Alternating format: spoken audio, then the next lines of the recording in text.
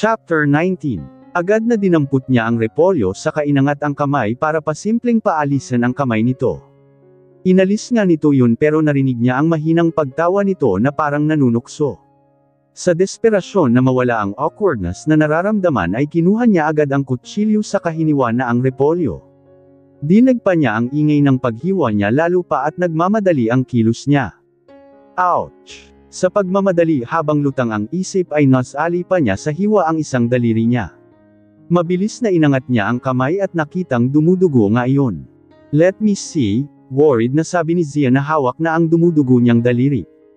Iginiya siya nito sa gripo para mahugasan ang kamay niya. Nang maalis ang pulang dugo ay saka tiningnan nito uli iyon. Pareho silang nakahinga ng maluwag nang makitang maliit na hiwa lang iyon. Nang akmang dugo uli iyon ay biglang dinala ni Zian ang daliri niya sa bibig nito. Nanlaki ang mga mata niya sa ginawa ng lalaki. Biglang kumalat ang init sa buong katawan niya kahit kaliligo lang niya. Dama niya ang mainit na labi nito at dila. Hindi pa nakatulong ang pagtitig nito sa kanya habang ang dumudugo niyang daliri. Alam niyang pulang-pula na ang mukha niya. Bigla niyang hinablat ang kamay na hawak nito. Gross! Tukoy niya sa pagpasok nito ng daliri niya sa bunganga nito. Tumawa ito. I want to hear you say that kapag hindi na daliri ang bastos.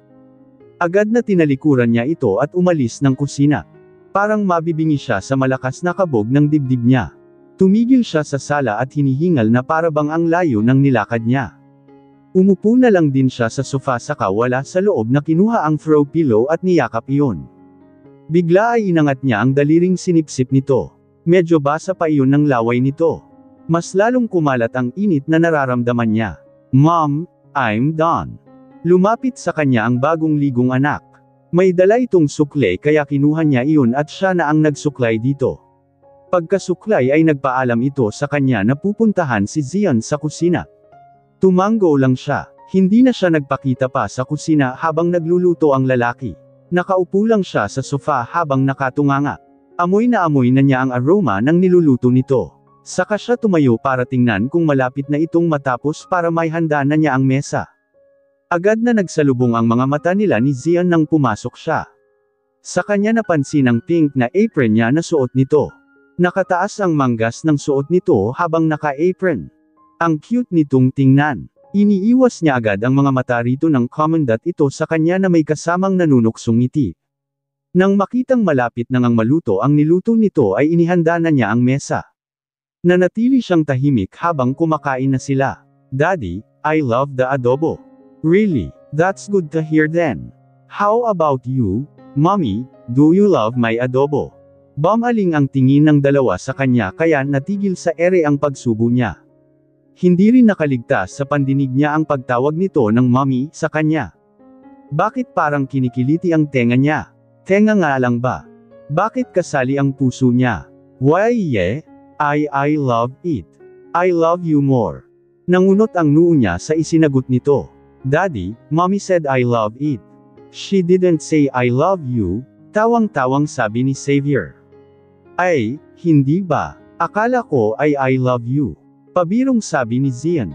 But of course, Mom loves you, right, Mommy? Dugtong ni Xavier. Can you confirm that, Mommy? Sinakiyan pa ni Zian ang sabi ng anak niya. Bakit parang pinagkakaisahan siyang tuksuhin ng mag-ama? Mag-ama, diya't at nadadala na rin siya sa sitwasyon nila ni Zian. Siya na ang nagligpit at naghugas ng pinagkainan nila. Hinayaan na niyang samahan ni Zian ang anak sa kwarto nito gaya ng request ng bata. Alam niyang ipagyayabang nito ang mga larwang galing kay Zian at sa lolo nito. Nakatapos na siyang maghugas, pumunta siya ng sala at naririnig niya ang tawanan ng dalawa sa kwarto ng anak. Hindi niya alam kung gaano katagal ang mga itong nagkukwentuhan at naglalaro sa loob. Nanatiling nakaupo lang siya sa sofa. Habang nakatunganga roon ay napapatingin uli siya sa maliit na hiwang sinipsip ni Zian kanina. Kahit nag-iisa ay ramdam niya ang pamumula ng pisngi. Masakit pa rin ba? Gulat na napaangat ang tingin niya sa nagsalita nakita niyang karga ni Zian sa likod ang anak niyang panay ang tawa. Mahapdi na lang konti. Mabilis na ibinaba niya ang kamay at baka mahalata pa ni Zian na iba ang nasa isip niya habang nakatitig sa daliri niya kanina. What happened to your finger, Mommy? Worried na tanong ni Xavier na mabilis na bumaba mula sa pagkakarga ni Zion sa likod. Lumapit sa kanya ang anak at saka kinuha ang kamay niya. You caught yourself. Mas lalong nabahala ang mukha nito nang makita ang sugat sa daliri niya. Well, yeah, but it's okay now. Ngumiti pa siya sa anak para maalis ang pag-aalala nito. Sinukli-sukli niya ng kamay ang buhok nito. Let me kiss the pain away, mommy. Bigla ay hinalikan nito ang sugat niya. If she hadn't known better ay iisipin nga niyang parang tunay na mag-ama ang dalawa. Gusto niyang mapangiti sa lamang nito. Daddy, you saw mom's sugat earlier. Nilingan nito si Zion na lumapit na rin sa kanila. Yes, and did you kiss her wound? Oh, I did more than a kiss on the wound, baby. Kamandat pa ito sa anak at saka tumabi sa kanya. Nilingan niya ito at pinandidilata ng mga mata dahil sa sinabi nito. Nakita niya ang nanunuksong tingin ng lalaki at parang walang anumang inilagay ang mga braso sa likod ng sofa na para na ring nakaakbay sa kanya. Hindi man lang ito nag-iwan ng konting distansya sa pagitan nila kaya dama niya ang pagkakalapit ng katawan nito sa kanya. That's why mommy said it's not that painful anymore. Namimalag ang mga matang sabi ng anak na hinayla ni Zion para kondangan nito. Gustong-gusto niyang itulak ang lalaki para umusag man lang ito konti palayo sa kanya. Para kasi siyang mauubusan ng hangin sa sobrang lapit nila. Siyempre hindi niya yun magawa dahil andon si Xavier. Mommy, I have a request. What is it, hon? Hindi na lang din niya pinansin pa si Zion sa tabi niya. Masuyong tumingin siya sa anak at hinintay ang sasabihin nito. Can daddy sleep here tonight? I want to experience waking up with daddy in our house. Why is it that daddy lives in a different house? Why are my classmates living in one house with their daddies? Heto na naman ang mga tanong ng anak niyang ang hirap sagutin. Inalis muna ni Zion ang bara sa lalamunan nito bago sumagot sa anak niya. You see, mommy and I have you before marriage. So we will get married first. And then after the wedding both of you and mommy will be living with me in our house, okay? Why? Can you still stay here and sleep tonight? Nagkatinginan sila ni Zion. Well, your daddy has appointments tomorrow, and he needs to be. No, I don't have any appointments, babe. I can stay for the night. Good thing I always have my gym clothes inside my car. I can wear that tonight, baby. Yay! Masayang sigaw ni Xavier. Siniko niya si Zion pero hindi nito pinansin iyon kaya't nilakasan niya ang siko rito. Yes, babe. Nilingan siya nito. Babe ka dyan. Isa ka na lang talaga. Gusto niyang sabihin dito pero nang makitang nakatingin sa kanya ang masayang mukha ng anak ay napilitang ngumiti na lang din siya sa lalaki. You can't sleep with your gym attire. It will be uncomfortable for you. Iyon ang naisip niyang sabihin para may parating rito na tutol siya sa pagtulog nito doon. It's okay, babe. My gym attire consists of a white sando and jersey shorts. I'm comfortable with them even when sleeping. Isa lang ang kasya sa kama ni Xavier. Diniretso na niya ito kahit marinig ng anak. Mom, your bed is so big. Sabat ng anak niya. Then problem solved. Nakangiting binalingan ni Zion ang anak niya saka nag-apira ng dalawa sa harap niya. We can't, hindi niya alam kung paano ipapaliwanag sa anak kung bakit hindi sila pwedeng magtabi sa kama ng inaakala nitong ama nito. Dad, can you read me a story so I can sleep? Of course. Let's go to your room now. At iniwan nga siya ng dalawa habang namumrubol mo siya sa sleeping arrangement nila ng lalaki. Saan nga ba ito matutulog? Gaya ng sabi niya ay hindi ito pwede sa kwarto ng anak dahil maliit ang kama nito. Hindi rin pwede sa sofa ang lalaki dahil sa tangkad nito ay tiyak na mamamaluktot itong matulog. Ang lapad ng katawan nito ay hindi rin magiging comfortable sa tama-tama lang na laki ng sofa niya. Bakit naman kasi payag ba ito sa request ng anak niya? Hindi na lang talaga nito sinakyan ang ginawa niyang alibay kung bakit hindi ito pwedeng matulog doon. Hindi siya mapakali kahit na natiling nakaupo sa sofa. Panay ang tingin niya sa pinto ng kwarto ng anak.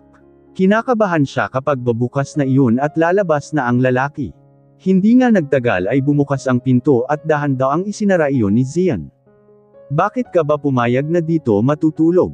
Agad na tanong niya rito nang palapit na ito sa kanya. Sas, baka magising si Xavier. Hinintay niyang sumagot ito imbes na ulitin ang tanong. As much as possible gusto ko lang punan ng mga bagay na hindi naranasan ni Xavier na kasama ang ama niya. Alam nating pareho na nalilito ang bata sa setup natin so hanggat maaari sana kung may simpleng bagay tayong pwedeng magawa ay pagbigyan natin, sagot nito sa mahinang boses habang nakatayo pa rin sa harap niya. Simpleng bagay. Simpleng bagay ba ang magtabi tayo sa kama? Muntik nang lumakas ang boses niya sa tanong na iyon. We will just sleep in one bed, like lying down on the same bed, simply as that, unless iba ang pakahulugan mo ng magtabi sa kama. Seryoso ang mukha nito pero alam niyang may halong panunokso ang pagkakasabi noon. Maybe you can just go home and then go back here early in the morning wearing your gym attire. We'll pretend na dito ka natulog, I'm so exhausted to drive, and my house is almost an hour drive from here. Then you want me to drive back early in the morning. The simplest thing to do is let me sleep here. If you want sa sahig ng kwarto mo ako matutulog. Let me get my things inside my car. Hindi na nga siya nito binigyan pa ng pagkakataong humindi dahil umalis na ito sa harapan niya. Inis na tumayo na rin siya at pumasok ng kwarto niya. Napatitig siya sa kama. Kasya nga silang dalawa roon. Napatingin naman siya sa sahig. Kaya ba niyang patulugin ang lalaki dun kahit ang laki ng kama niya? Arg! Inis na binuksan niya ang cabinet at kinuha ang extra na kumot at unan para magamit ng lalaki. Mind if I take a shower first? Nasa loob na sila ng kwarto niya at hindi may kakaila ang pagkailang niya. Kabaliktaran naman ang kay Zion dahil wala man lang itong bakas ng pagkailang sa kanya.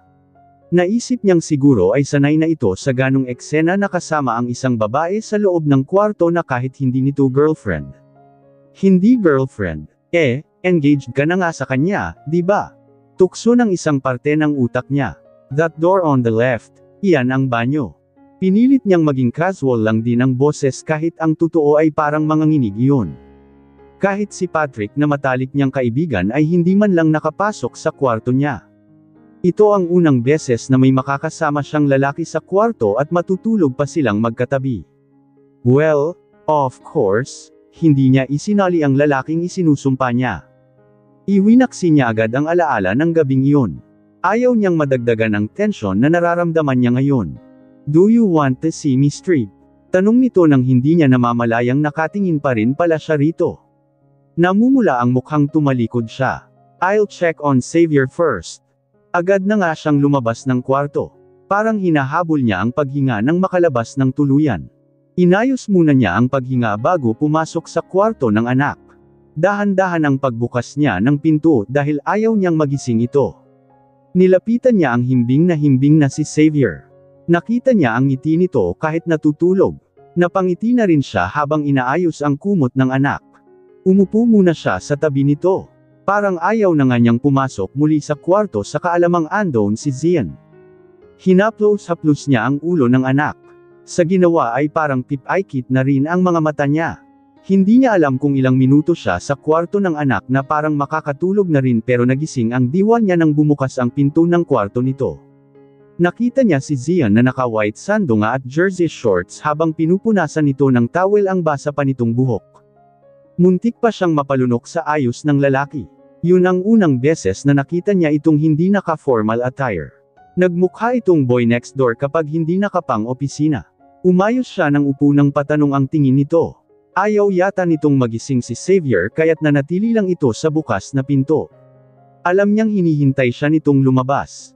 Alang-inang tumayo siya at inayos muli ang kumot ng anak kahit hindi naman iyon nagalaw. Hinalikan niya ito sa noo saka marahang naglakad papunta kay Zian. Napakunot noo siya nang hindi man lang ito umalis sa bakana ng pinto.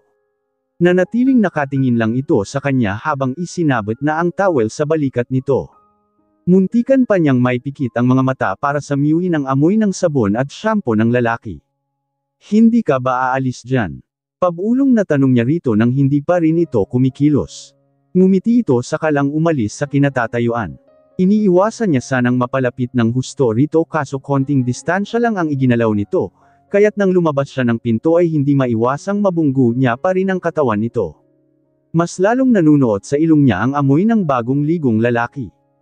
Can you move? Inis na tanong niya sa mahina pa ring boses. Mahinang tumawa ito na pasipol-sipol at umalis nga at tumalikod sa kanya. Ayaw man niyang bumalik sa kwarto dahil may ilang na naman siyang muli ay wala siyang nagawa. Nauna pa itong pumunta sa kwarto niya na para bang hindi nito first time doon na makikitulog. Nagulat pa siya nang makitang nakalatag na ang hihigaan nito sa sahig sa tabi ng kama niya. Hiniram ko na muna itong nakita kong bedsheet sa tabi. Is that okay? Tukoy nito sa ginawa nitong latag sa sahig. Hindi siya umimik sa kainabot dito ang unan at kumot na ni-ready na niya kanina. It's alright, good night. Walang emosyong sabi niya sa kasamampa na sa kama niya. Humiga siya rito at sinadyang nakatalikod sa pwesto nito. I was hoping you would say na, hey dito ka na lang sa kama at malaki naman, pabirong sabi nito kahit nakatalikod na siyang nahiga. Okay ka naman dyan. Ikaw naman ang may gustong makitulog without even asking me first. Kaya manigas ka, dugtong ng isip niya. Pumalatak ito na may halong tawa. Tanging narinig na lang niya pagkatapos ay tila pag-aayos nito ng hihigan bago humiga. Gusto niya sanang silipin ang posisyon nito nang tumahimik na ang paligid pero pinigilan niya ang sarili.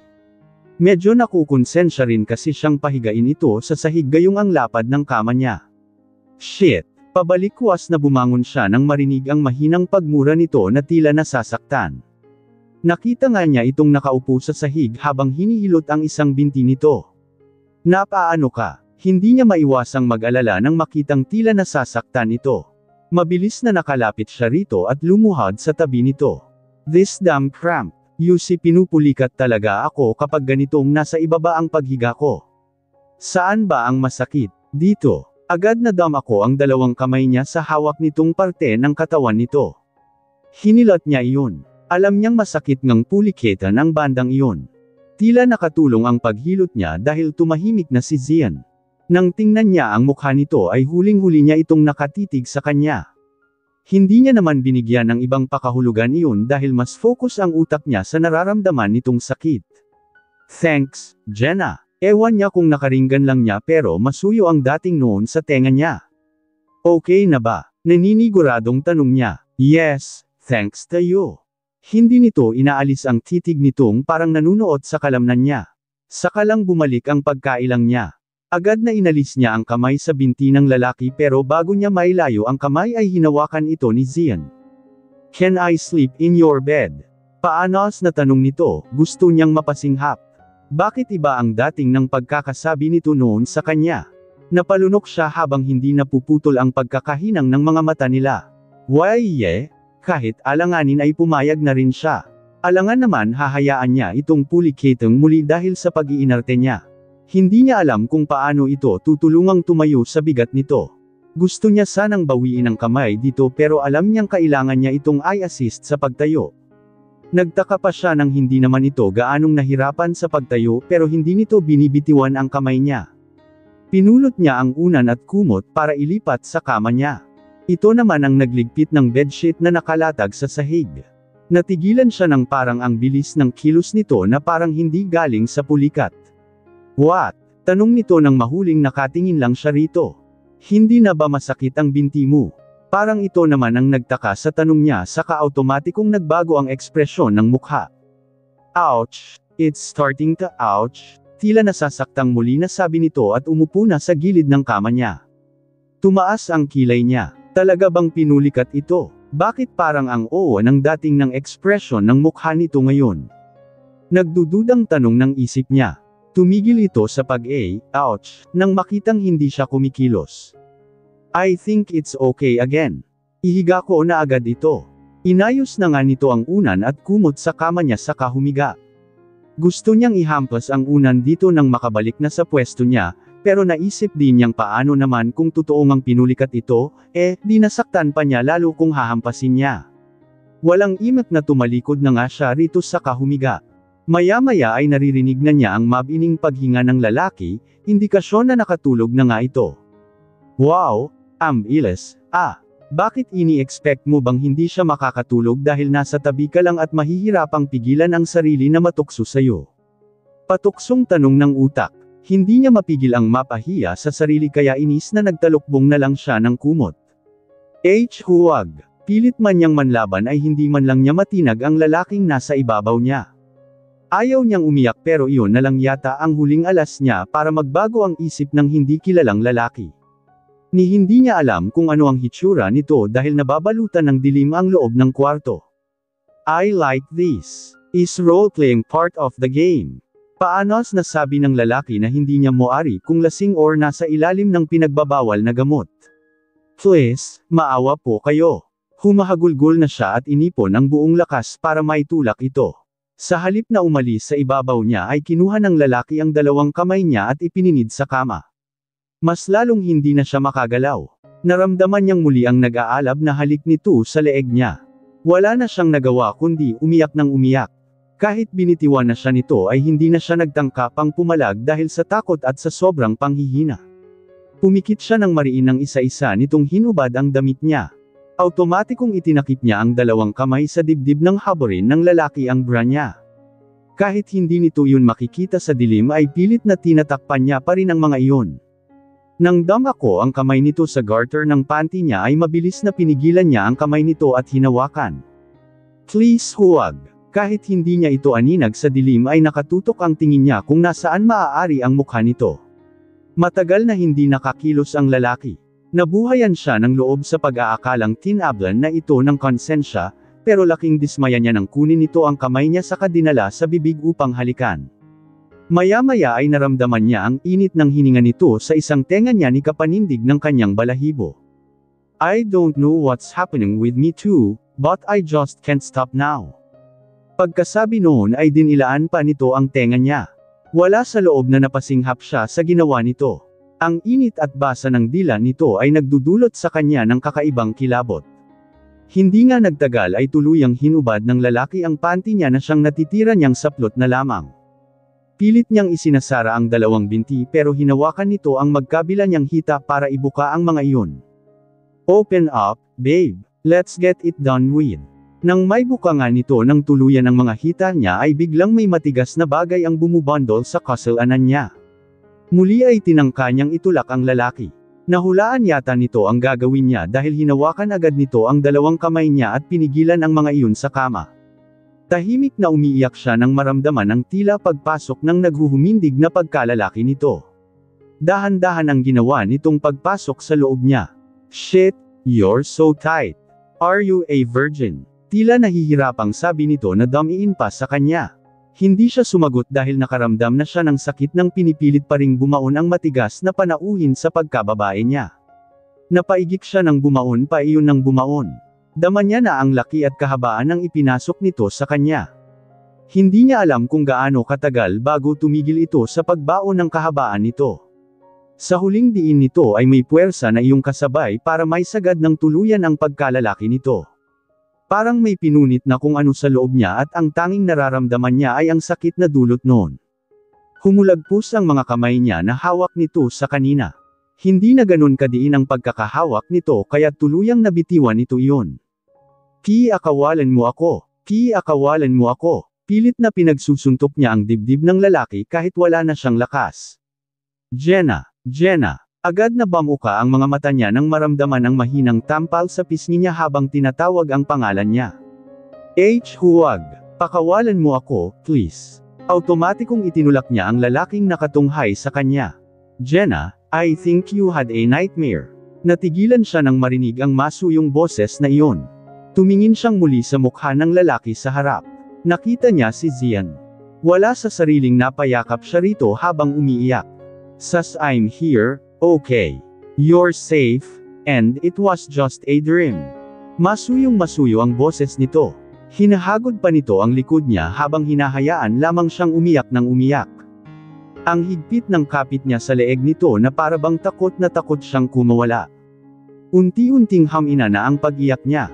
Hinayaan lang din siya ni Zian habang hindi ito tumitigil sa paghagod sa likod niya at sa buhok. Nang tumigil na siya sa pag-iyak ay sa kanya na-realize ang posisyon nilang dalawa. Agad na bumitiw siya sa pagyakap sa leeg nito. Kahit bumitiw na ay nanatiling yakap pa rin siya ng lalaki. Biglang uminit ang mukha niya nang tuluyang mahimasmasan. Nahihiya siya na nakita siya ng lalaki sa vulnerable state niya. Dahan-daang inilayo niya ang katawan dito habang nakayuko pa rin. Nahihiya siyang masalubong ang tingin nito. Are you okay now? Andoon pa rin ang pag-aalala sa boses ng lalaki. Tumango lang siya. Let me get you some water. Agad na umalis ito at lumabas ng kwarto niya. Wala pang isang minuto ay bumalik si Zian na may bitbit ng isang baso ng tubig.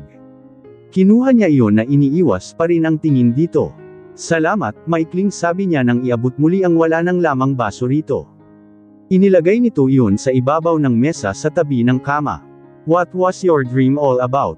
Napalunok siya habang nanatiling nakayuko. Pinapahiran niya ang mga mata. Mula nang bumalik sila ng Pilipinas ay nagiging madalas ang bangungot niya tungkol sa gabing iyon.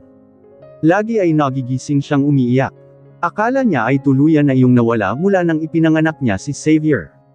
It was nothing. I totally forgot what my dream was. Pagsisinungaling niya. Matagal na hindi umimik si Zian. I'm sorry if nagising kita. Nanatili ang mga mata niya sa mga kamay niyang pinagsalikop. Mula pa kaninang bumitaw siya sa pagkakayakap sa lalaki ay hindi niya ito tinitingnan sa mukha. Ayaw niyang magkaroon ito ng hinala na hindi simpleng bangungot lang ang ipinagkagano niya. Look at me. Narinig niyang muli ang masuyong boses ni Zian na kakaiba sa boses nito kapag nasa opisina sila. Hinawakan nito ang baba niya para iangat ang mukha niya para tumingin dito. Nagsalubong ang mga mata nila. Gusto niyang umiwas ng tingin pero parang namamagnet din ang mga mata niyang tumitig dito pabalik. Kusang bumaba ang mga mata niya sa mga labi nito. Hindi niya alam kung bakit hindi niya maalis-alis ang tingin doon. Mamula-mula ang mga iyon na para bang nang aanyaya. Do you want me to kiss you, Jenna? Mas lalong naging paanas ang boses nito. What? Hindi niya masyadong nakuha ang tanong nito dahil nanatiling nakatutok ang mga mata niya sa mga labi nito. I asked if you want to kiss me because I really want to kiss you right now. Lumipat sa pisngi niya ang kamay nito. Saka lang bumalik sa mukha ng lalaki ang mga mata niya nang tuluyang maintindihan ng isip ang kasasabi lang nito. Kiss me. Parang wala sa sariling sabi niya habang nakipagtitigang muli rito. Is that a request, babe? Nanunuksong sabi nito habang paunti-unting inilapit ang mukha sa kanya. Kusang pumikit ang mga mata niya bago pa man lamapat ang mga labi nito sa mga labi niya.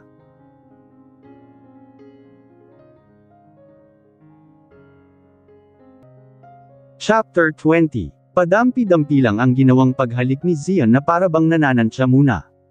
Hinayaan niya ang pagkilos ng bibig nito habang kumikibot-kibot naman ang mga labi niya. Kung tutuusin ay ito ang unang halik niya talaga kung hindi niya isasali ang lalaking lumapastangan sa kanya.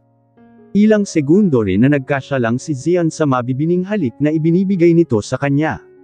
Maya-maya ay nagsimula ng lumalim ang paghalik nito. Kinabig nito ang batok niya nang naging mapusok ang halik nito.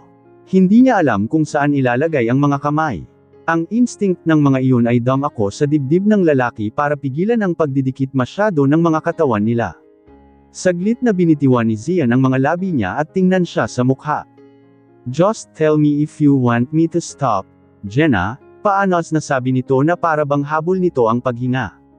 Ang utak niya ang nagsasabing kumawala sa yakap nito at lumabas ng kwarto, pero ang katawan niya ang may gustong habulin ang bibig nito upang ipagpatuloy ang mainit nilang halikan. Nang makita nito ang kalituhan sa mukha niya ay ngumiti ito bago nagsalita. I'll help you decide. Pagkasabi noon ay sinakop muli ng mga labi nito ang bibig niya. Kusa nang umawang ang mga iyon nang maramdamang muli ang mainit nitong mga labi. Nanindig ang mga balahibo niya sa kakaibang kilabot na dulot ng biglang pagdila nito sa bibig niya. Ang init at basang dila nito ay tila sinusundan ng hugis ng mga labi niya. Ang mga kamay kanina na nasa dibdib ng lalaki para tumulak ay kusang umakyat sa leeg nito. Naramdaman niya ang pagsipsip nito sa ibabang labi niya kasabay ng kakaibang init na dulot noon sa katawan niya. Ang mapangahas na dila ni Zian ay pumasok na ng tuluyan sa bibig niya. Agad na nahanap nito ang pakay at tinutukso-tukso iyon. Ang dila niya na hindi alam ang gagawin ay kusang sumunod sa galaw ng dila nito. Nag-iiskrimahan ang mga dila nila na hindi niya akalaing magugustuhan niya ang pakiramdam. Hindi na niya napigilan ang mahihinang ungol na humuhulagpos sa bibig niya. Zion ungol niya sa pangalan nito na panandaliang bitiwan nito ang dila niya para makahinga man lang sila saglit. Wala pang 5 segundo ay muling nagdikit ang mga labi nila. Painit ng painit ang namamagitang halikan sa pagitan nila. Ang kamay ni Zion ay nagsimula na ring humahagod sa likod niya. Maya-maya lang ay pinalaya nito ang bibig niya para lang lumipat sa tenga niya. Ang init ng hininga nito ay nagdulot ng kuryenteng damaloy sa buong katawan niya. Mas lalo pa siyang parang nanginig sa sensasyong noon lang niya naranasan ng ang tenga niya naman ang pinaglalaroan ng mainit na dila napahigpit ang pagsalikop ng mga kamay niya sa leeg nito nang dinilaan na nito ang tenga niya. Pakiramdam niya ay para siyang hinulag sa isang limbo. Bumaba ang bibig ni Zion at nang damako sa leeg niya ay inilabas nitong muli ang dila. Naglakbay na muli ang mainit at mamasamasang dila nito sa leeg niya. Tuluyang umakyat sa ulo ng lalaki ang 2 kamay niya para mahinang sumabunot na sa buhok nito. Napapaliyad siya sa tuwing dumadampi ang mainit na dila nito sa kanyang balat. Dahan-dahan na siyang hinaga ni Zion sa kama kasabay ng katawan nito. Nang sumayad ang likod niya sa malambot na kama ay mas lalong pinaglakbay nito ang dila sa kabuuan ng leeg niya. Ang isang kamay ni Zion ay pumasok sa loob ng maluwang na shirt niya at damako sa bandang tiyan niya. Umikot-ikot ang mga daliri nito roon. Mainit ang palad nitong nakadikit sa balat niya. Bumalik ang bibig ng lalaki sa mga labi niya para bigyan uli siya ng mapusok na halik. Nalulunod siyang muli sa mga halik nito kaya't hindi niya namalayan na umakyat pang lalo ang isang kamay nito sa loob ng shirt niya. Nang damako iyon sa bra niya ay mas lalong naging mapangahas ang kilos ng kamay nito. Ipinasok nito ang kamay sa loob ng bra niya sa ilalim ng dibdib. Agad na sinakop ng kamay nito ang malusog niyang dibdib kasabay ng pag-ungol sa pangalan niya. Jenna huwag. Napabangon siyang bigla ng tila na himasmasan. Mainit na mainit ang mga pisngi niya lalo pa at damang-dama niya ang titig nito kahit hindi niya ito tingnan. Nanginginig ang mga kamay niya nang subukang ibalik ang pagkakahok ng bra. Agad na ibinaba niya ang shirt pagkatapos noon. I'm sorry, pareho pa silang nagulat sa sunod-sunod na katok sa pinto ng kwarto. Mom, Dad, I just had a nightmare. Can I come in? Nagkatinginan sila ni Zion nang marinig ang boses ng anak.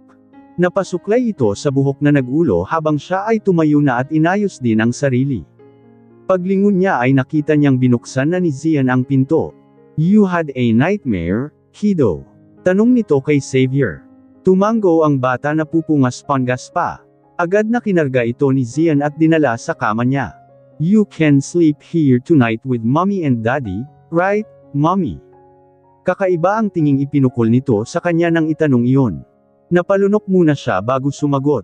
Why yes, baby, you can sleep here with us. Mabilis na inayos niya ang kama para kay Xavier. Sa gitna ng kama inilagay ni Zion ang anak niya. Pumikit na agad ang bata at nakatulog hindi siya makatingin sa lalaki nang humiga sa tabi ni Xavier. Alam niyang hindi nito inaalis ang tingin sa kanya. Hinumutan niya ang anak sa kaniyakap ito. Kahit nali lang ay pilit niyang ipinikit ang mga mata. Nagising siya sa mumunting mga halik sa mukha niya. Antok na antok pa siya dahil mag-uumaga na yata nang tuluyang gupuin siya ng antok.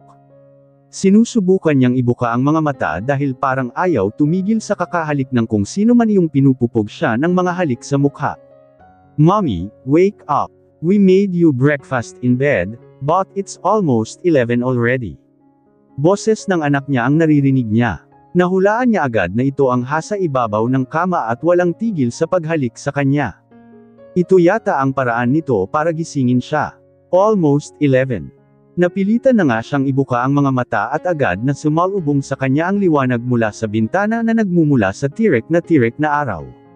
Ngumiti siya sa anak kahit kalahati pa lang ng mga mata ang naibuka.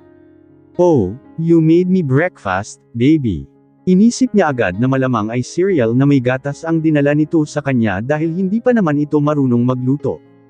Bumangon siya at umupo sa kama habang inaantok pa rin na tinitingnan ang pagkain sa tray na dala nito. I helped Dad cook breakfast for you. We ate breakfast already kanina. Dad. Agad na naalala niyang doon nga naman natulog si Zion. Nang iangat niya ang tingin ay nakita niyang nakasandal ang lalaki sa may pinto habang nakahalukip-kap. Nakatingin ito sa kanya at hindi niya mabasa kung anong iniisip nito. Na-conscious siya bigla sa mukha niya. Napasuklay siya sa alam niyang magulong buhok gamit ang mga daliri. Let me take a quick shower first, naiilang na sabi niya na umiiwas na ang tingin sa lalaki. Naalala niya rin kasi bigla ang mainit na tagpong namagitan sa kanila kagabi. Ayaw man niya ay automatikong uminit ang pakiramdam niya kahit naka-on ang aircon. Na, eat first, then take a shower. Lalamag na iyang niluto namin at kape mo. Saka lang nagsalita si Zian na lumapit na sa kama niya. Mas lalo siyang nailang. Mabilis na pinunasan niya ang mukha gamit ang maliit na towel sa ibabaw ng mesa sa tabi. Nauna na kaming kumain sa'yo kanina kasi ayaw ka naming gisingin. Mukhang masarap kasi ang tulog mo, tila may halong panunudyo ang pagkakasabi no ng lalaki. Alam niyang pinapaalala nito ang muntikan ng mangyari sa kanila kagabi. Yes, mommy, eat first. I will take a shower while you eat cause daddy said we will go to the gym near his house, so we can play basketball. Hindi may kakaila ang excitement sa boses ng anak. Oh, well, you can go with him and I'll just stay here and, no, we want you to come along to cheer for us, right, son? Sumabat na si Zia na sumampa sa kama sa tabi niya. Hindi man sumayad ang balat nito sa kanya sa pagkakaupo nito sa kama ay ramdam niya ang kung anong init na biglang kumonekta sa kanilang mga katawan kahit may maliit na distansya naman sa pagitan nila. Kung hindi niya napigilan ang sarili ay mapapapitlag pa sana siya. After mong kumain, you can take a shower so we can go. I want to take a shower too, kaso wala na akong maisuot. Daan na lang muna tayo sa bahay bago sa basketball court.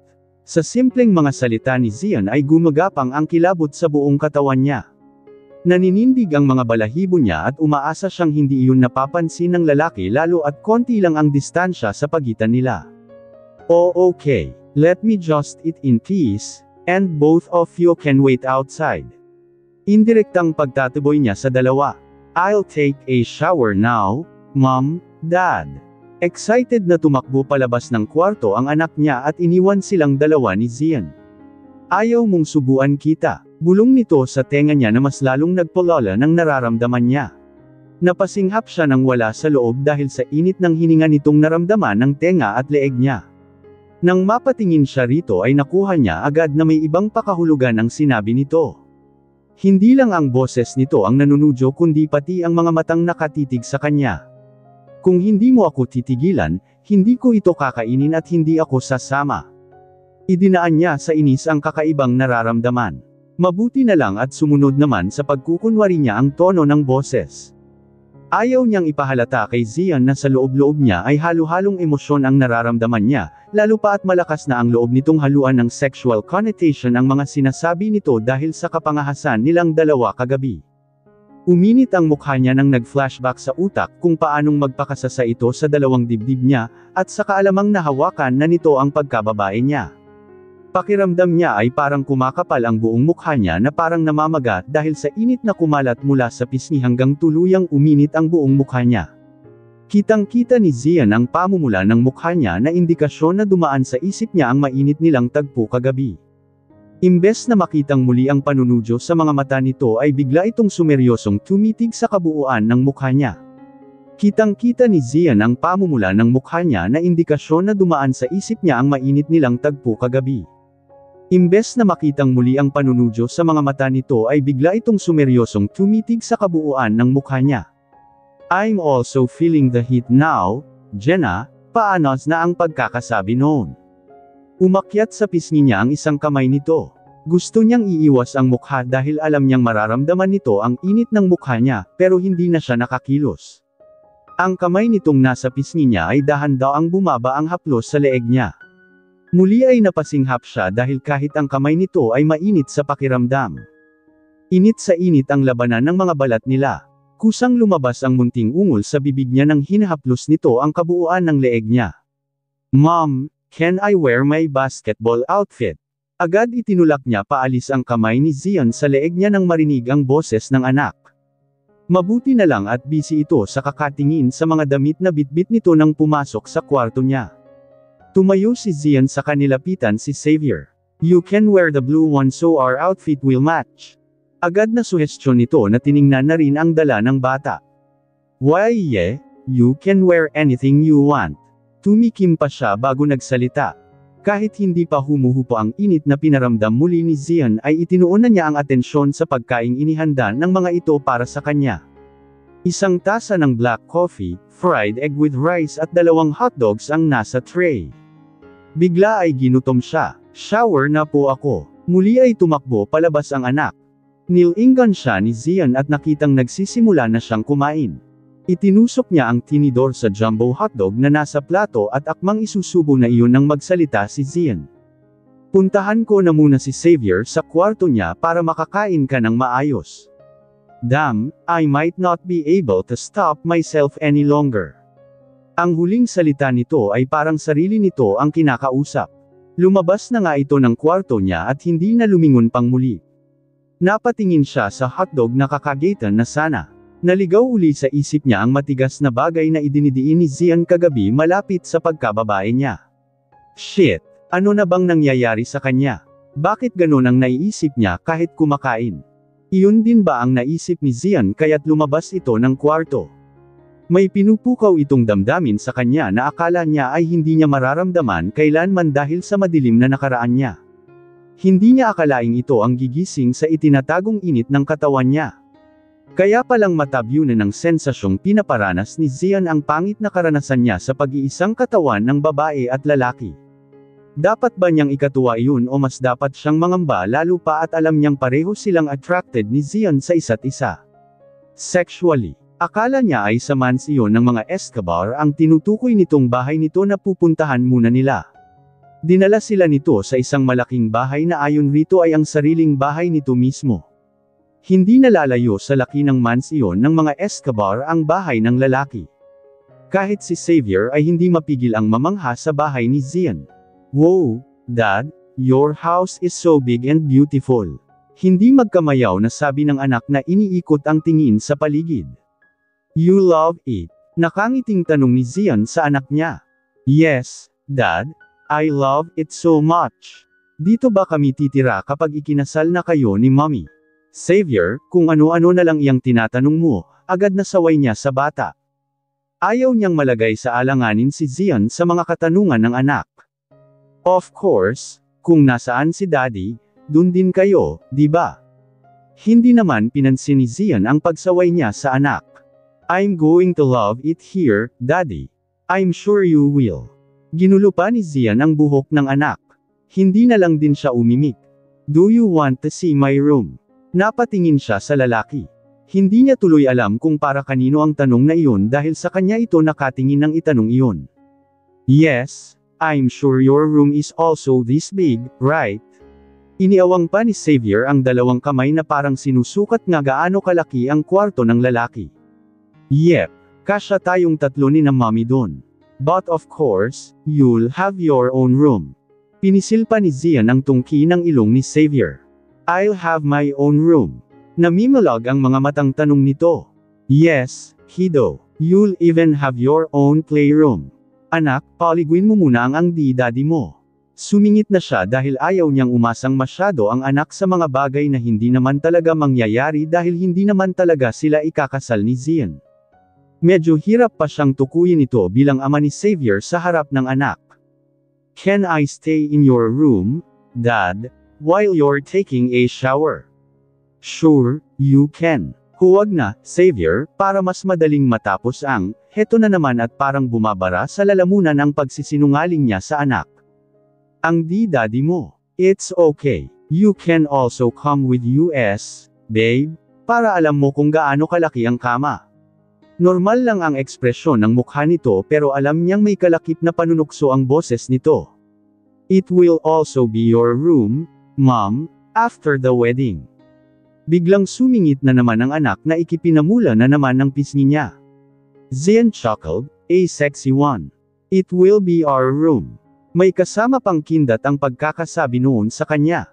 Inirapan niya ito nang hindi nakatingin ang anak. Namimahasa na yata ito sa kakatukso sa kanya na konektado sa maalab nilang eksena kagabi. Let's go now to Dad's room, Mommy. Hinayla ni Xavier ang kamay niya at hindi iyon binibitiwan. Hinawakan naman nito ng isang kamay ang kamay ni Zian. Kung may makakakita talagang iba sa kanila ay iisipin na pamilya nga sila. Napasunod na lang din siya sa paghakbang nang magsimula ng maglakad si Zian para dalhin sila sa kwarto nito.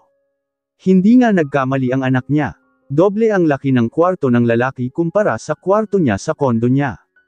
"I'll just wait outside." Nagsimulang nag-iba na naman ang pakiramdam niya nang makita ang malaking kama ni Zian. Ilang babae na kaya ang naihiga nito sa kamang iyon.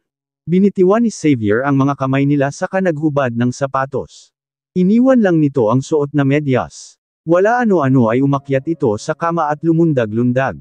"Xavier," nag-aalalang sabi niya nang sa sobrang lambot ng kama ay parang lulubog na ito pababa kada talon nito.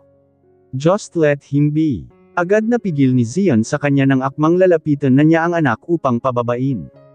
Hinawakan siya nito sa kamay para pigilan. Muli ay tila may kuryenteng sumiklab sa pagkakadikit ng mga balat nila. Mabilis na binawi niya ang kamay pero mahigpit ang hawak ni Zian dun kaya't hindi niya maalis-alis ang kamay sa pagkakahawak nito. "Mommy, come. You must try Daddy's bed." Sigaw ng anak na nakahiga na pala sa malaking kama ni Zian at nagpagulong-gulong habang humahajijek sa tuwa. Nakatuon ang mga mata niya sa anak kaya't hindi niya napansin ang paglapit ni Zian sa kanya habang hawak pa rin ang kamay niya. "Yeah, I want you to try my bed, babe." Nasa tenga na pala niya ang bibig nito. Saka lang niya napansin nang maramdaman ang mainit na hininga nito sa balat niya. Papiksing binawi niya ang kamay sa kalumayo rito bago pa sila mapansin ng anak. Mahinang tumawa lang ito at pasipol-sipol nang binuksan ang cabinet at kumuha ng towel. "I'll take a quick shower para masimulan na natin ang ating one-on-one basketball." Nilapitan nito si Xavier bitbit ang towel. "Take your time, Dad." Nakangising sagot ng anak niya rito.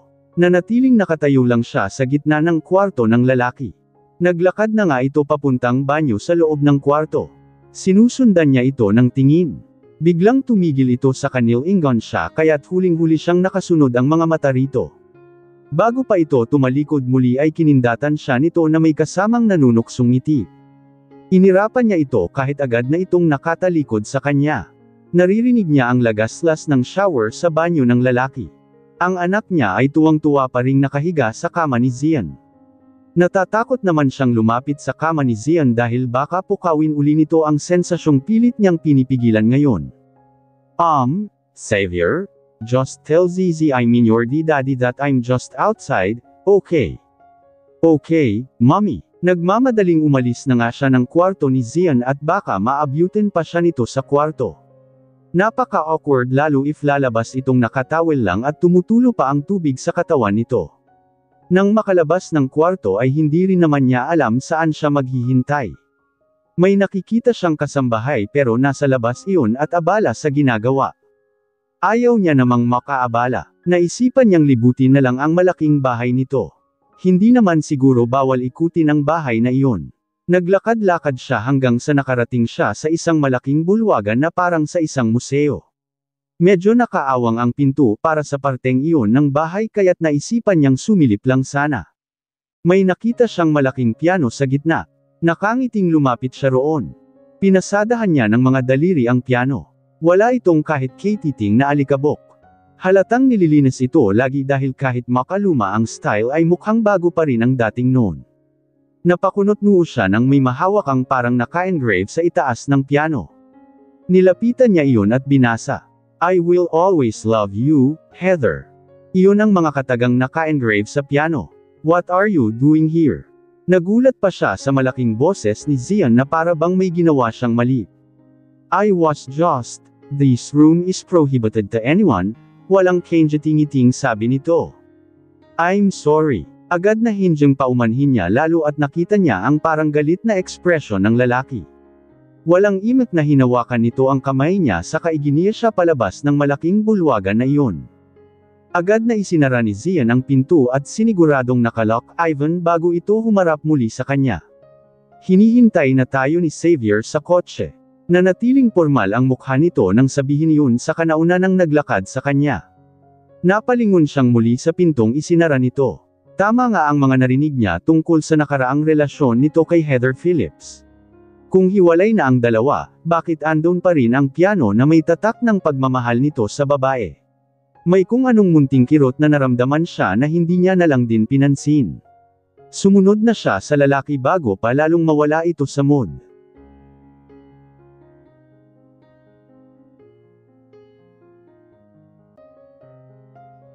Chapter 21. Akala niya ay magtutuloy-tuloy ang pagkawala ng mood ni Zian dahil lang sa pagpasok niya sa ipinagbabawal nitong bulwagan. Mabuti na lang at naging masigla at panay tawa na uli ento nang makarating sila sa basketball court na malapit lang sa bahay ng lalaki. Nakaupo lang siya bench habang tinuturuan ni Zian ang anak niya sa basketball. Matching outfits nga ang suot ng dalawa. Inalis niya na rin sa isip ang naging eksena kanina sa bahay nito. Medyo sumama ang loob niya sa biglang galit nito kahit hindi niya naman alam na ikakagalit nito ang pagpasok niya sa bulwagang iyon. Base sa laki ng bulwagan, ang hula niya ay isa iyong entertainment room kung saan nagtitipon ng mga bisita o kahit ito at kung sino mang kasama nito sa bahay. Hindi niya alam kung ito ang marunong magpiano o si Heather. Ipinilig niya ang ulo. Ewan niya pero hindi niya gusto ang pakiramdam sa tuwing nai-imagine niya ang dalawa. Nakita niya ang mga pictures ng babae sa mga magazines at pinag-aralan din niya ang pagrampa nito pati ang hubog ng katawan. Kailangan niya yung gawin dahil nga ginagawan niya ito ng designs para sa fashion gala ng Glamour Fashion Philippines na magaganap na sa taong iyon. Magandang maganda ang modelo dahil banyaga ang ama nito. Hindi maikakailang bagay ang dalawa. Sa kanya naalala na makakasama nga pala nila ang babae. Okay pa rin kaya ang relasyon ng dalawa kahit matagal nang hiwalay. Natigil siya sa pag-iisip nang makitang palapit sa kanya ang dalawa na pawis na pawis. Agad na kinuha niya ang tubig na nakahanda para sa mga ito. Inabot niya muna ang sa anak sa kanya ibinigay ang kay Zian. Nailang pa siya nang magkasalubong ang tingin nila ng lalaki pagkaabot niya ng tubig nito. I'm sorry about earlier. Mahinang sabi nito para huwag marinig ni Xavier. You don't have to say sorry. Kasalanan ko naman talaga. I shouldn't, no, actually, you can roam freely anywhere in my house just not that big room. Bumuntong hininga pa ito na parang hindi alam kung paano ipapaliwanag kung bakit bawal pasukin ang bulwagang iyon. It's okay really. You don't have to explain anything. Ngumiti pa siya ng tipid dito para iparating na wala lang sa kanya iyon. Thanks, Jenna. You're an angel. Nagulat pa siya nang hawakan nito ang baba niya at masuyong pinisil iyon. Nagkatitigan sila. Uy, Mommy and Daddy. Natigilan sila pareho nang marinig ang nanunuksong boses ng anak. Nakalimutan nilang andon lang pala sa tabi nila si Xavier. Diya't nagagaya na nito ang mga Pinoy expression mula kay Nana Midang. Napapangiti siyang lumayo konti kay Zian. Si Zian naman ay natatawang bumaling sa anak niya. Where did you learn that? Uyoy, thing, ha? Natatawang tanong nito sa kakinikiliti ang anak niya. Tumatawang umiwas ang anak niya na hinabol naman ni Zian hanggang sa naghahabulan na ang dalawa sa gitna ng court. Xavier, baka madapa ka. Paalala niya sa anak kahit natatawa ring nakatingin sa mga ito. Sumalampak sa sahig ang dalawa nang mapagod sa kakatakbo. Kinuha niya ang maliliit na towel saka lumapit. Inabot niya ang isa kay Zian. Thanks, babe. Gusto niyang umi-NGO sa tawag nito pero kinikiliti naman ang puso niya. Kunyari na lang ay wala lang sa kanya ang endearment na gamit nito. Pinatayo niya ang anak para panasan ang pawis nito. Sinigurado din niyang mapunasan ang pawis nito sa likod. Nakakainggit naman. Paowa na sabi ni Zian na nakatingin sa kanya habang pinupunasan ang anak. Tumigil ito sa pagpunas ng pawis sa sarili. Humajijek si Xavier na tumingin kay Zian. Siya naman ay ipinagpatuloy lang ang pagpupuna sa anak at hindi pinansin ang panunukso ng lalaki. Ako sunod, babe. At ayaw ngang tumigil nito kaya't pinandilatan niya ito ng mga mata. Hindi naman ito natinag at inabot nga sa kanya ang pampyunas nito. I'm okay now, mommy. Daddy's next. Inirapan niya ito nang kunin ang inabot nitong basahan. Pupunta na sana siya sa likod nito nang pigilan siya ni Zian. Babe, tumutulo ang pawis sa noo at leeg ko. Hindi mo ba kayang, naiinis na siya sa pagiging oo nito na akala mo ay bata kaya't sisinghalan niya sana nang maalalang andon pa rin pala at nakatingin sa kanila si Xavier. Kung nakakamatay lang ang tingin ay kanina pa sana bumulagta si Sloan sa klase ng tinging ibinigay niya rito bago panasan ang pawis sa noo ng lalaki.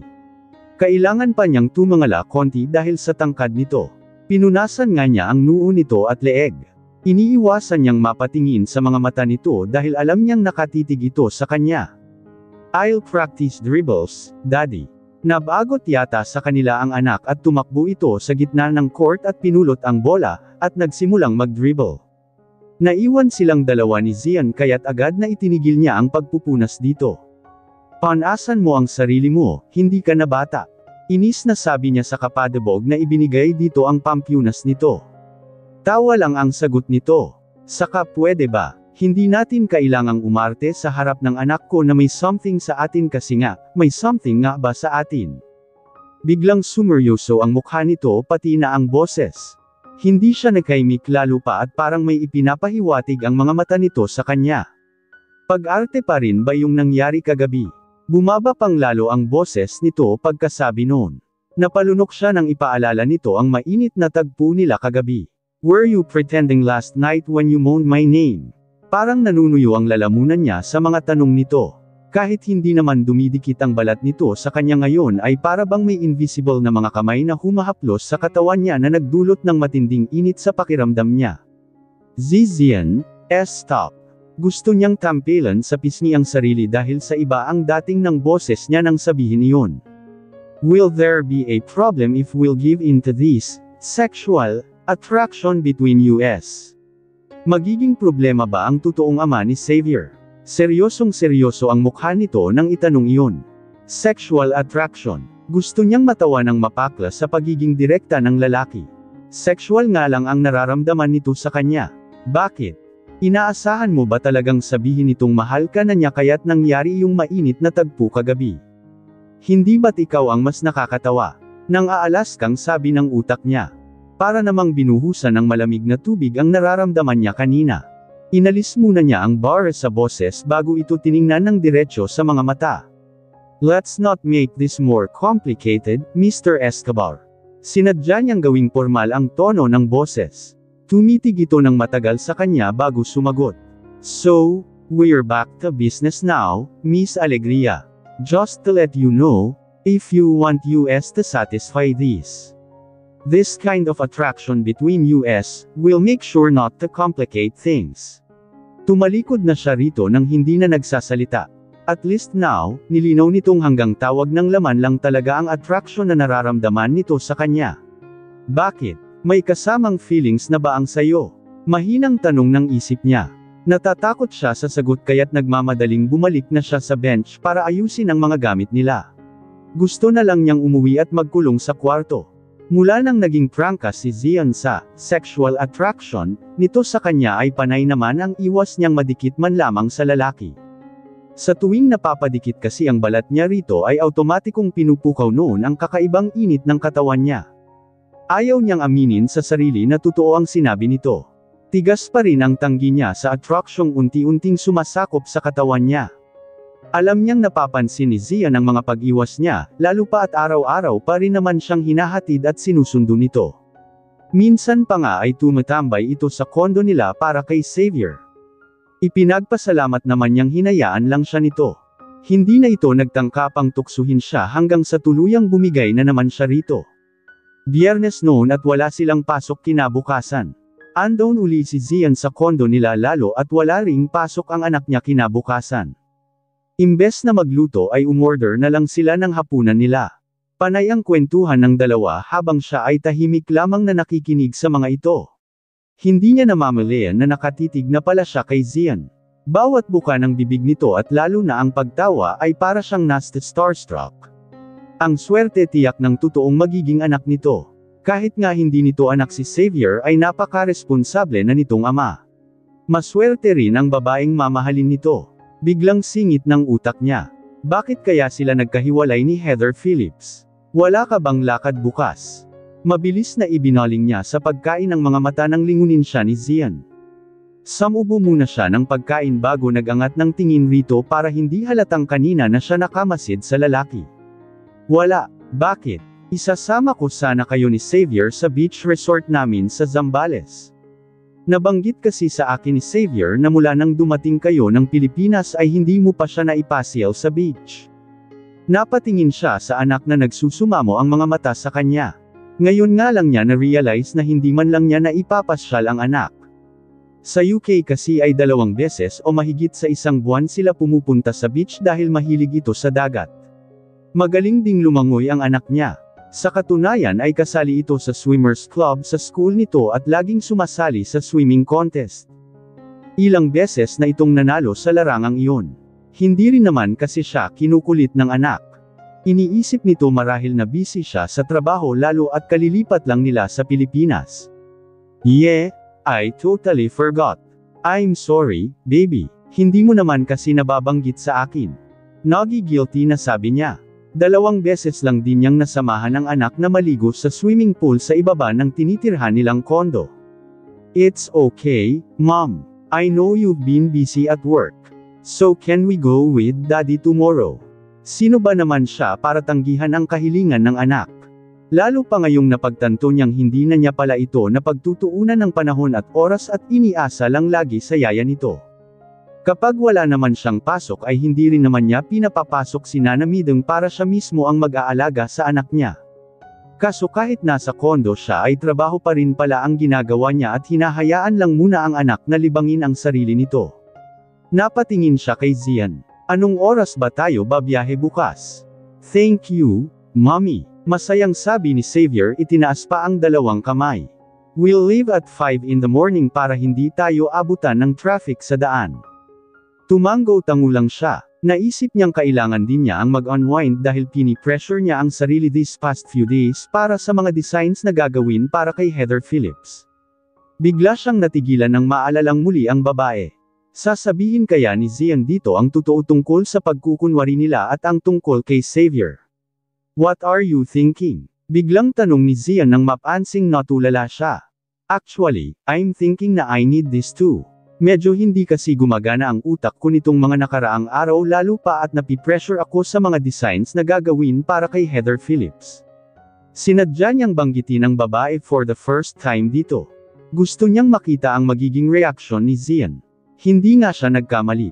Ito naman ang parang natigilan nang marinig ang pangalan ng ex-fiancé. Hindi niya binanggit dito na alam niyang dating magkarelasyon ang dalawa base sa mga balitang naririnig niya. Well, you will love the view there, but I don't want you to bring your work while we are there. Ang akala niya ay may maririnig siyang komento man lang tungkol kay Heather Phillips o kaya naman ay magsasuggest ito ng mga gusto ng babae when it comes to clothing since naging kasintahan nito ang modelo. Ngunit tila ba ayaw nitong mapag-usapan ng babae at ayaw nitong banggitin man lang ang tungkol dito. Hinala niya ay mukhang hindi maganda ang paghihiwalay ng dalawa. Uuwi ako ng maaga ngayon, kiddo, para makatulog kayo ng maaga dahil madaling araw tayong aalis bukas, okay? Binalingan na nitong muli ang anak niya. Yes, Daddy. I'm so excited to see the resort. I miss the beach. Mommy and I always go to the beach every month. I'm a good swimmer, Dad. I will let you see my medals next time. Proud na sabi ni Xavier dito. Really? Wow. Your dad is also the best swimmer in our class. I went to different countries before when I was a student to compete. Hindi makapaniwalang sabi ni Zian. Kung hindi lang talaga siya ang ina ni Xavier ay iisipin niyang maaari ngang mag-ama ang dalawa. Hindi lang pala sa mukha magkakatulad ang mga ito. Pati ba naman sa mga hilig at mga bagay na expertise nila ay pareho rin. Pinaglalaroan ba sila ng pagkakataon talaga? Dad, I'm your son. No wonder we are both good in swimming. Nakangiting sabi ni Xavier. Nakita niya na kahit nakangiti si Zian ay parang napapaisip din ito sa maraming bagay na magkapareho sa kanila ng anak niyang si Xavier. Tinulungan siyang magligpit ni Zian ng pinagkainan nila pagkatapos kahit todo tanggi niya. Nagpaalam na agad ito para makapagpahinga silang lahat ng maaga. Nasa shower si Xavier nang hinatid niya sa may pinto ang lalaki. Nagpaalam na ito sa kanya at hinintay niya lang na makaalis ito ng tuluyan bago niya isara ang pinto. Tumalikod na ito pero agad ding humarap uli sa kanya na parang may nakalimutan. Tila tinatansya pa nito ang sasabihin bago nagsalita.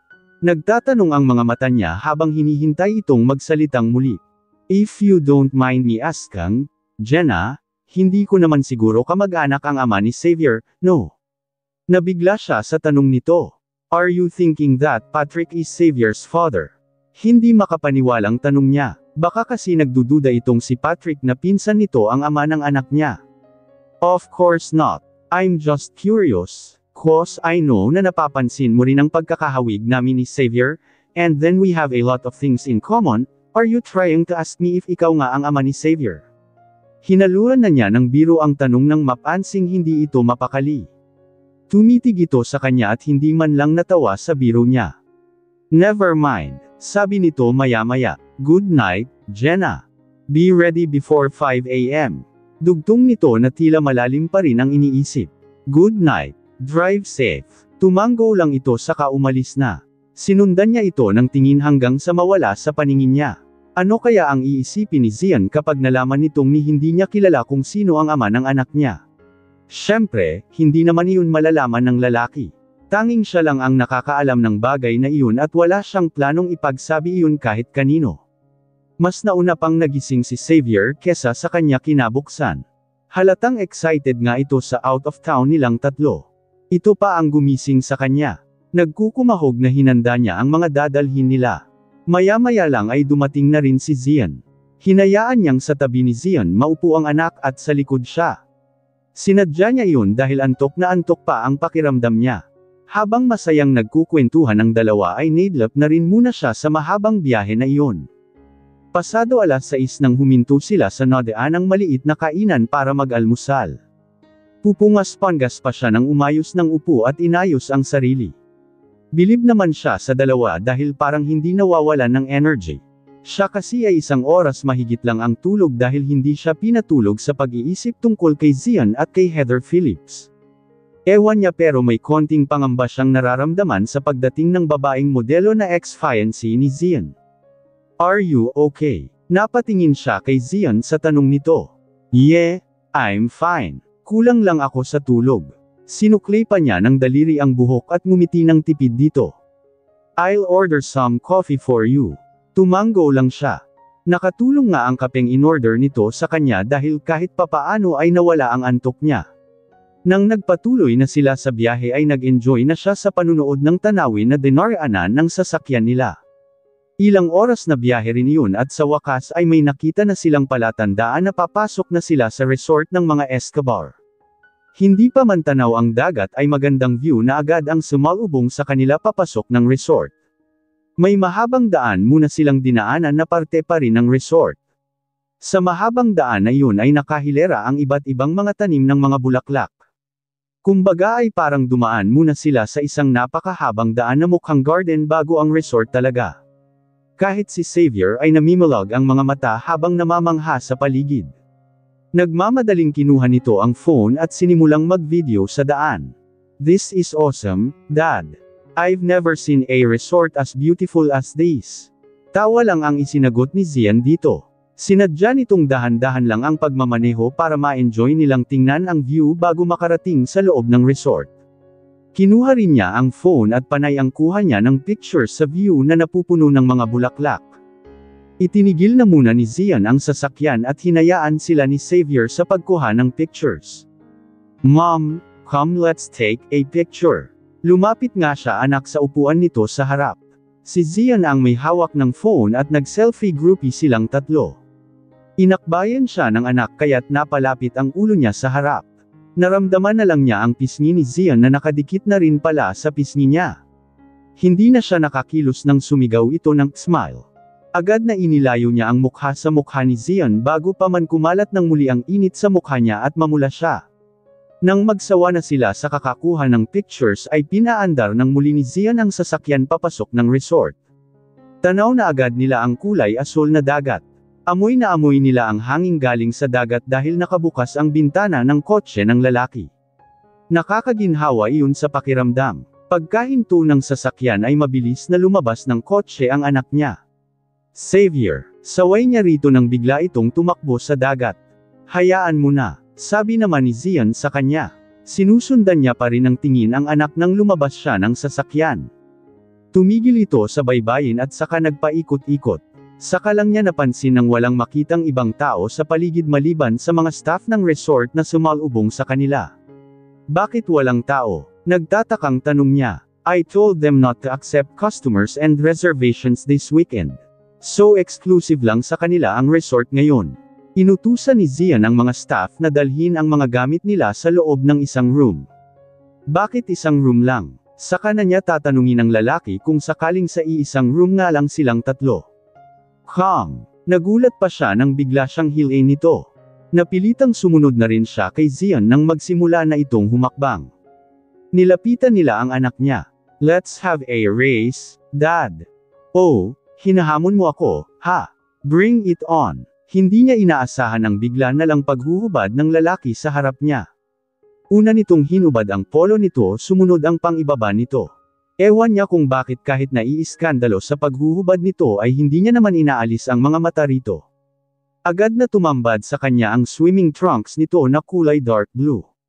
Hindi na nga niya napigilan ang pamumula ng mukha, nang tingnan niya ang anak ay nakita niyang wala na itong damit pang itaas at naka-swimming trunks na rin na pambata gaya ng sinusuot nito kapag sumasali sa swimming contest. Parang siya lang yata ang hindi ready sa araw na iyon. Bago pa man siya makaimik ay nag-uunahan na sa pagtakbo ang dalawa papuntang dagat. Kahit alam niyang magaling lumangoy ang anak at hindi pa rin niya maiwasang mag-alala sa tuwing naliligo ito sa dagat, kaya't nakasunod ang tingin niya sa mga ito. Pinagpupulot niya ang mga damit ng dalawa na naiwan sa puting buhangin. Maganda ang panahon ng araw na iyon dahil hindi masyadong masakit sa balat ang init. Lumapit pa siya sa dalampasigan habang bitbit ang nga damit sa kahinanap ng mga mata ang dalawa. Nagpapapanik siya nang hindi niya makita ang mga ito. Xavier, Zian, sigaw niya. Wala pa rin sa mga ito ang lumitaw. Sa sobrang kaba niya ay nabitawan niya ang mga damit na hawak saka tumakbo sa dagat. Nasa may tuhod na niya ang tubig at nabasa na rin ang summer shorts na suot niya. Xavier, Zian, muling sigaw niya. Humakbang muli ang mga paa niya nang biglang nagulat. Naramdaman na lang niyang umangat ang buong katawan niya sa tubig. Kasabay noon ay ang tawanan ng dalawa na biglang sumulpot. Sa kanya napansin si Zian na karga-karga na siya pahiga. Ibaba mo nga ako. Inis na hinampos niya ng mahina ang hubad na dibdib ng lalaki na basa ng tubig. Mom, don't get mad at Daddy. It was my idea. Pagtatanggol agad ng anak niya. Dahan-dahan nga siyang ibinaba ni Zian habang tawa ng tawa pa rin. Naiinis talaga siya pero pinigilan niya lang ang sarili dahil ayaw niyang sirain ang mood ng anak. Dinaan niya na lang uli sa irap ang lalaki. Nabasa ka na rin lang, maligo ka na rin. Sabi pa ni Zian. Ewan ko sa inyo. Nagkatinginan ang dalawa saka nagtawanan. Mommy's mad at kiddo. Whenever mommy's mad at me, Dad, I just kiss her and it will go away. You think so? Nangingiting tanong ni Zian kay Xavier. Subukan mo, mahinang sabi niya na may paghihil ng mahulaan ang nasa isip nito. Oh, Mom said you try, Dad so try it. Pangungumbinsi ng anak niya nang marinig ang sinabi niya.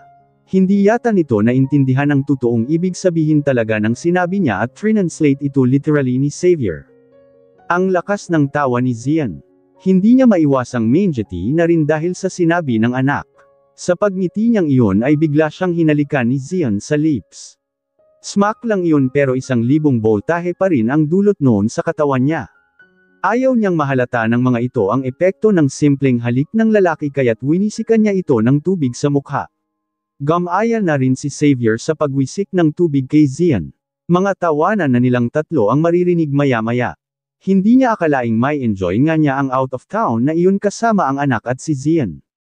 Ang plano niya ay hayaan lang ang dalawa na magbonding dahil ini-expect na niyang maglalagi sa dagat ang mga ito dahil parehong mga swimmers. Marunong din naman siyang lumangoy pero yung basic langoy lang.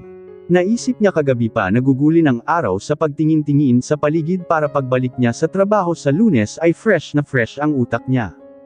Ang nangyari ay pinagtulungan siyang turuan ng dalawa ng mga iba't ibang stroke sa swimming, kaya't silang tatlo ang nasa dagat naglalagi. Umahan lang sila para kumain ng lunch. Ang daming pinahanda ni Zian para sa pananghalian nila. Kasalo nila ang lahat ng staff ng resort. Ang suot niya ay summer shorts pa rin at sandong puti. Hindi talaga siya nagdala ng swimsuit dahil alam niyang mahihiya rin naman siyang suotin yun kapag andyan si Zian. Sa UK, sanay siyang magsuot ng swimsuit kapag pumupunta sila ng beach ng anak. Nagsusuot nga rin siya ng two-piece bikini, pero hindi niya kayang magsuot ng ganun kapag kasama si Zian. Nagtatanong ang mga mata nito kanina nang makita siyang ganun ang suot sa pagligo pero hindi naman ito nagtanong pa sa kanya.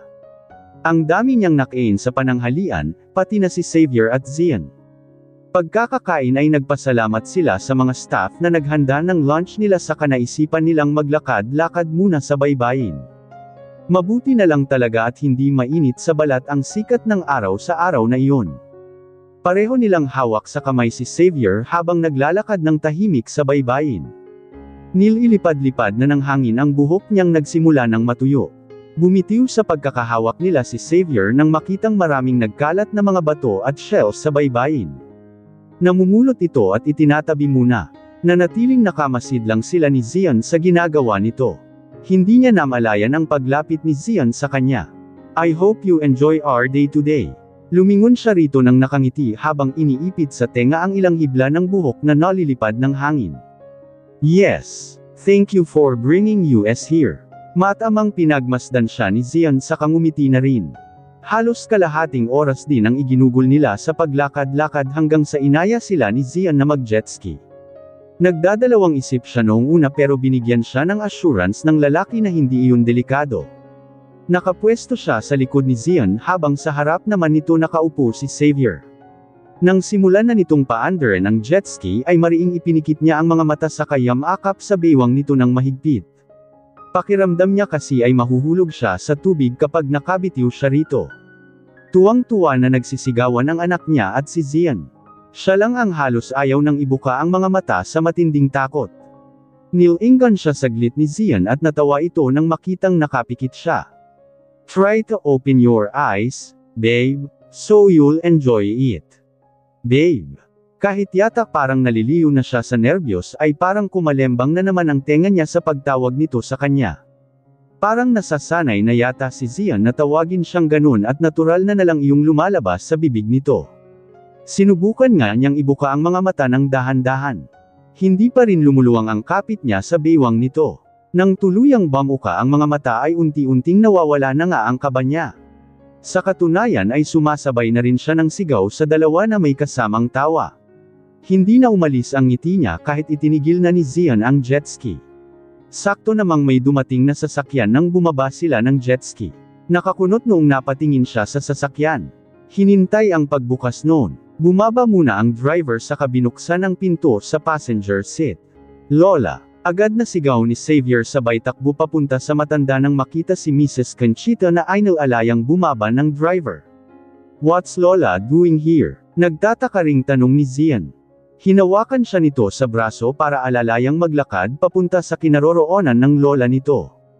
Kahit iniiwasan niyang magkakadikit sila ay hinayaan niya ito dahil wala namang halong mali siya ang pagkakahawak nito sa kanya. Naabutan nilang nagmano ang anak niya sa babae. Magiliw na hinalikan naman ito ng abuela ni Zian sa pisngi. I can see you having fun here, I hope. Yes po, Lola. I love this place. I wish we will stay here forever. Natawa si Mrs. Conchita sa sinabi ng anak niya. Binati niya ito nang tuluyang ibaling ang tingin sa kanila ni Zian. Napatitig ito sa braso niyang hawak pa rin ni Zian. Gusto niya sanang tampilan na ang kamay ng lalaki dahil wala yata itong planong bitiwan siya. I'm sure you're not the only one having fun here, right? Makahulugang sabi nito kay Xavier pero sa kanilang dalawa ni Zian nakatingin. Have you eaten, La? Agad na tanong ni Zian. Yeah, don't worry about me. Ipagpatuloy ninyo lang ang ginagawa ninyo at hihiramin ko lang ang apo ko para samahan ako sa kabilang isla. Isla? Naguguluhang tanong ni Xavier. There's an island there, apo. It's just 20 minutes travel by a small boat. I want you to accompany me there, okay? We also have mini cottages there. Really? Of course. I'll go with you, Lola. Excited na sabi ng anak niya. Samahan na namin kayo ni Jenna, La. Hindi ko pa sila na ipasyal doon kasi ang plano ko sana ay bukas doon naman kami pupunta. Alok ni Zian. No, Zian. I want to have time alone with Xavier. Ayaw kong madisturbo ninyo kami. You both stay here, okay. Babalik kami mamaya at bukas mo na lang din ipasyal si Jenna sa isla gaya ng plano mo, mabilis na tumanggi ang matandang babae. Gusto rin sana niyang sumama na lang sila ni Zian para huwag silang maiwang dalawa. Baka kasi magkailangan sila if hindi na nila kasama si Xavier. Here, I bought clothes for you. Magbihis ka na muna sa likod ng sasakyan para dumiretso na tayo sa isla, apo. Pinaabot ng babae sa driver nito ang mga gamit na nasa likod ng sasakyan. Agad na tumalima ang anak niya. Si Zian naman ay hinayaan na lang ang lola nito sa gusto nito. Nang makapagbihis ang anak ay pinabitbit na ng matanda ang mga gamit nito pati ang mga pinamili para kay Zian sa dalawang staff ng resort. Hihiramin ko muna si Xavier, iha, okay. Nakangiting bilang nito sa kanya. Alang-inang tumanggaw na lang din siya. Bye mom and dad. See you both later. Kumaway pa ang anak niya sa kanila. Hinawakan agad ng matandang babae sa isang kamay ang bata nang maglakad ang mga ito papunta sa medyo may kalakihang bangka na nakadaong. Sinusundan nila pareho ng tingin ang papaalis na bangka hanggang sa makalayo na iyon.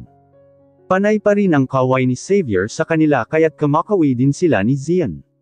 So what would you like us to do now? Do you want us to go to our room and rest first? Our room. Agad na tanong niya. Yep, our room. Parang walang anumang kumpirma nito. No, we need a separate room. I forgot to tell you, since hindi ko sila pinapatanggap ng mga customers ngayong weekend, lahat ng rooms are not available except my own room here because they are doing a general cleaning today. Now let's go to our room, I badly need to rest even for an hour. May nakita siyang mga open cottages. Hindi kaya pwedeng dun siya magstay mamayang gabi.